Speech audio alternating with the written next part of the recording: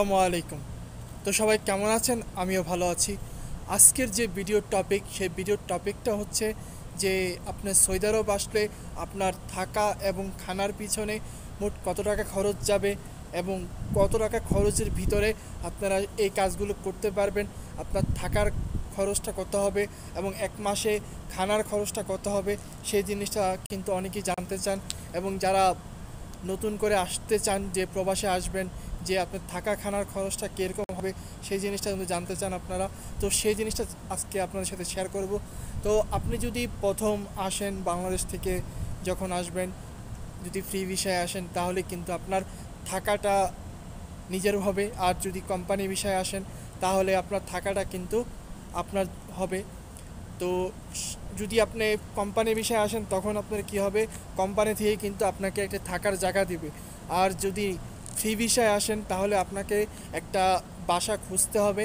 এবং বাসা কিন্তু কয়েক রকমের বাসা আছে, আপনার চাইলে কিন্তু একা থাকতে পারেন, অথবা 4-5 জন 6 জন 7 জন মিলেও কিন্তু একটা রুমে থাকতে পারবেন। তো আপনি যদি একটা বাসাতে যদি একা থাকতে চান, তাহলে সেক্ষেত্রে আপনার খরচ পড়তে পারে 500 থেকে 600 রিয়াল, এবং এরকম আরও বেশিও খরচ পড়তে পারে যদি একা একটা রুম থাকতে চান। সেটা কিন্তু রুম অনুপাতে, রুমটা কীরকম হবে সেটার এই অনুপাতে কিন্তু আপনার খরচটা কিন্তু হবে।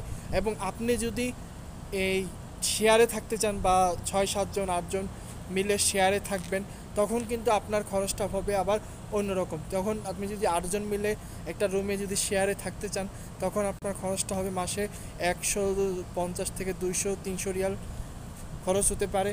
তো এই 200-300 রিয়ালে খরচের মাধ্যমে আপনারা কিন্তু সুন্দরভাবে আপনারা একটা রুমে থাকতে পারবেন। এবার আসি আপনার সৌদি আরবে এই যখন থাকবেন, এর পিছনে কিন্তু আপনারা থাকার পরে আপনার একটা খাওয়ার একটা বিষয় আছে।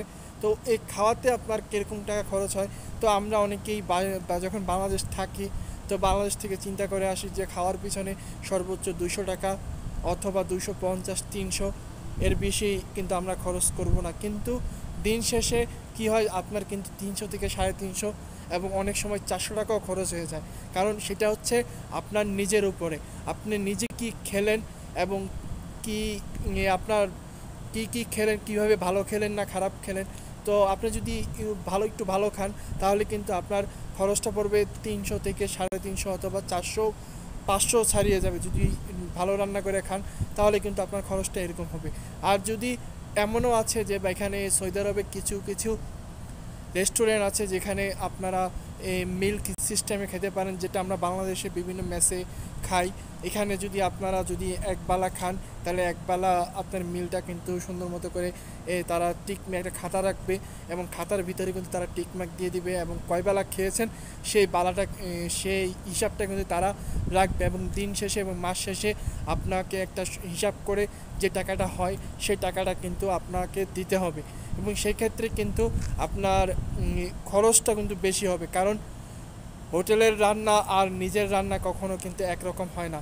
আপনি নিজের রান্না অনেক তৃপ্তি সহকারে খেতে পারবেন, এবং আপনাকে যখন নিজের রান্না করে খাবেন, তখন কিন্তু আপনার মনে হবে না যে আপনি কম খাবেন না বেশি খাবেন। কারণ হোটেলে যখন খাবেন, তখন আপনাকে তারা যে পরিমাণে খানা দিবে, ঠিক সেই পরিমাণের খানাই খেতে হবে। এর বেশি এবং কম আপনারা কিন্তু খেতে পারবেন না। কিন্তু আপনি যখন নিজে রান্না করবেন, তখন কিন্তু আপনি খুব ভালোভাবে খেতে পারবেন, এবং আপনার যে মাসটা, সেই মাসটা কিন্তু প্রায় 200-300 রিয়ালের ভিতরে শেষ করতে পারবেন। তো এই ছিল আজকের ভিডিও। তো আজকের ভিডিওতে আপনাদের আমি বোঝানোর চেষ্টা করেছি যে কীভাবে আপনারা সৌদি আরবে থাকা এবং খাওয়া যে খরচটা, যে সেই জিনিসটা কিন্তু আপনাদের সাথে শেয়ার করার চেষ্টা করেছি। তো ভিডিওটা কেমন লাগলো অবশ্যই জানাবেন, এবং ভিডিওটা অবশ্যই শেয়ার করে দিবেন। সবাই ভালো থাকবেন। আল্লাহ হাফিজ।